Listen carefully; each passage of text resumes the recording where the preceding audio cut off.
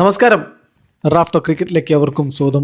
IPL നിന്ന് England താരങ്ങൾ പിന്മാറുന്നത് പുത്തരിയൊന്നുമല്ല.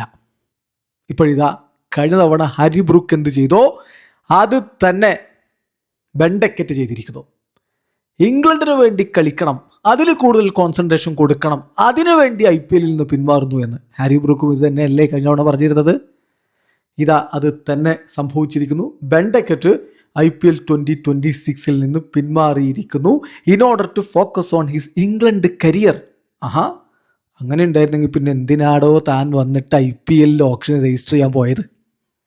വെറുതെ ടീമുകൾ പ്രിപ്പറേഷനുമായിട്ട് നിൽക്കുമ്പോൾ അവസാന ഘട്ടത്തിൽ പണി കൊടുക്കാനായിട്ട് ഓരോ ഇംഗ്ലീഷുകാർ ഇങ്ങനെ ഇറങ്ങും. കഴിഞ്ഞ തവണ ഹാരി ബ്രൂക്ക്, ഇത്തവണ ബെൻ ഡക്കറ്റ്. പണി കിട്ടുന്നത് DC-ക്ക്. എന്നിട്ട് ഒഫീഷ്യൽ സ്റ്റേറ്റ്മെൻറ്റ് ഇറക്കിയിരിക്കുകയാണ് ഈ പറയുന്ന ബെൻ ഡക്കറ്റ്. അയാളുടെ ഒഫീഷ്യൽ സ്റ്റേറ്റ്മെൻറ്റ് പറയുന്നത്, ഇംഗ്ലണ്ടിനെ റെപ്രസെൻ്റ് ചെയ്യുക എന്നുള്ളത് എൻ്റെ കുഞ്ഞുനാൾ മുതൽ സ്വപ്നമായിട്ടുള്ള കാര്യമാണ്.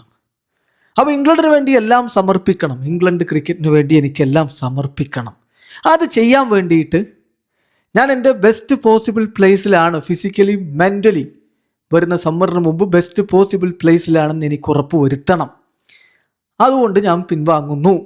അതോടൊപ്പം ഞാൻ ഡൽഹിയിലുള്ള എല്ലാവരോടും ആത്മാർത്ഥമായിട്ട് മാപ്പ് ചോദിക്കണം. I would like to sincerely apologise to everyone at Delhi. I am sorry for any disruption my decision may cause എന്നാണ്. ഇയാൾക്ക് എന്ത് വേണ്ട, അത്രക്ക് പോകണ്ട. എന്തിനാ പിന്നെ വന്നിട്ട് IPL രജിസ്റ്റർ ചെയ്യാൻ പോയത് എന്നുള്ള ചോദ്യം സ്വാഭാവികമായിട്ടും ഉണ്ട്.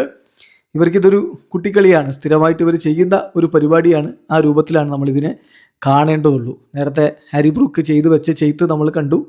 അന്ന് കൊടുത്ത പോലെ ഒരു 3 വർഷത്തെ ബാന് കൊടുക്കും ഏതാണ് നമ്മൾ പ്രതീക്ഷിക്കുന്നത്. IPL ഒരു 3 വർഷത്തെ ബാന് കാത്തിരിക്കാം, എന്താണ് തീരുമാനമെന്നറിയാൻ വേണ്ടി. വീഡിയോ അവസാനിക്കുന്നു. ക്രിക്കറ്റ് ലോകത്തെ കൂടുതൽ വിശേഷങ്ങളുമായി റാഫ്റ്റോ എത്താം.